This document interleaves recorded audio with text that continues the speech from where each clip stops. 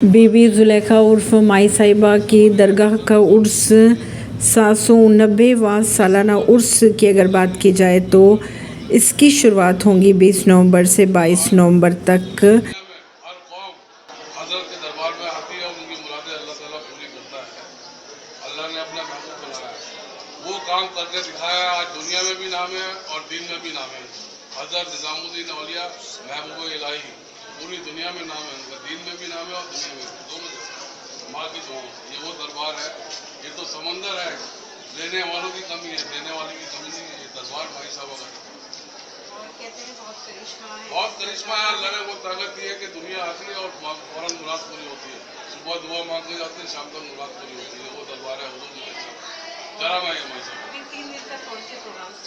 यहाँ प्रोग्राम जो है पूरे मुल्क के लिए दुआ होती है, हर कम्युनिटी के लिए दुआ की जाती है, अमन शांति भाईचारा। और सबसे बड़ी बात जो है, आप ये देखिए पूरी दुनिया में ये दरबार एक ऐसा है, हज़रत माई साहिबा हज़रत निज़ामुद्दीन औलिया महबूब इलाही का, कि हर कौम का आदमी मिलेगा आपको यहाँ। गंगा जमुना जो तहजीब है हमारे हिंदुस्तान की, वो इन्हीं दरगाहों से देखने को मिलेगी।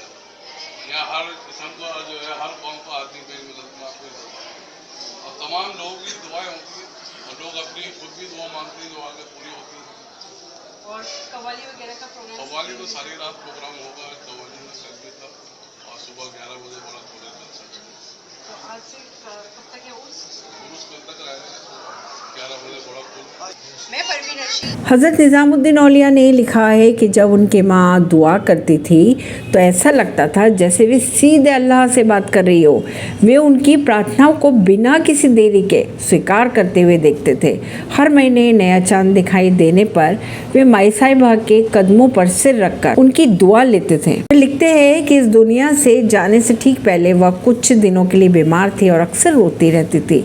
जब उनको रोते हुए उनके बेटे ने उनसे पूछा कि हे मखदूमाए जहां, आप किसके भरोसे छोड़ती हो मुझे, मुतवक्किल के बगल वाले घर में जाकर सोने के लिए कहा और कहा कि उसे अगले दिन बताएगी। औलिया ने रात भर तड़पते हुए रात बिताई और जैसे ही सुबह हुई दौड़कर उनके पास गया और उनके कदमों में गिरकर रोने लगा। अपने बेटे का दाहिना हाथ पकड़ लिया और फुसफुसाते हुए उन्होंने कहा, ए अल्लाह, मैं अपने बेटे को आपकी देखभाल में सौंपती हूँ और इस दुनिया को छोड़ने से पहले कलमा पढ़ा। हज़रत निज़ामुद्दीन औलिया कहते हैं कि इन शब्दों के बाद उन्हें संतुष्टि की गहरी स्थिति का एहसास हो गया। माई साहिबा की दरगाह के अगर प्रवेश द्वार की बात की जाए तो चीनी की एक संकरी गली से होकर जाता है। किसी ज़माने में इसका अपना एक दरवाज़ा था जिसके अंदर एक बावली हुआ करती थी। आज ये एक बहुत ही अच्छी तरह से रख रखाव वाली दरगाह है और इसका अधिकांश भाग हाल ही में पुनर्निर्मित किया गया। दरगाह कक्ष के अंदर एक सुंदर सा झूमर लगा हुआ है जिसकी छत पर कांच की सजावट है जो इससे अंदर सुंदर रंग प्रदान करती है। कक्ष के अन्य कब्रें भी हैं जिसके बगल में उनकी बेटी बीबी ज़ैनब की कब्र भी शामिल है। बात करें अगर बीबी माई साहिबा इनका सालाना उर्स की अगर बात की जाए तो इस्लामी कैलेंडर के जमादल थानी महीने की 29 तारीख को 3 दिन का वार्षिक उर्स समारोह मनाया जाता है। यहाँ बाहर से दुनिया भर के लोग आते हैं, अपनी मन्नतें मुरादें मांगते हैं और पूरी होने के बाद लंगर भी कराया जाता है।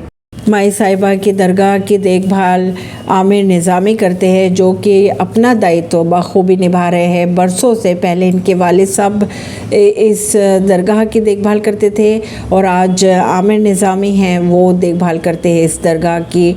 और हर आने वाला अपना पेट भर के लंगर यहाँ खाता है, अपनी मुरादें पाता है, जो कुछ भी बन पड़ता है यहाँ से फैज़ पाता है और माई साहिबा का शुक्रिया अदा करके अपनी मन्नतें मुरादें लेकर चले जाता है, जो कि पूरी होने के बाद यहाँ पे तबर्रुक के रूप में लंगर करते हैं या तबर्रुक चढ़ाते हैं। परवीन अर्शी, नई दिल्ली से।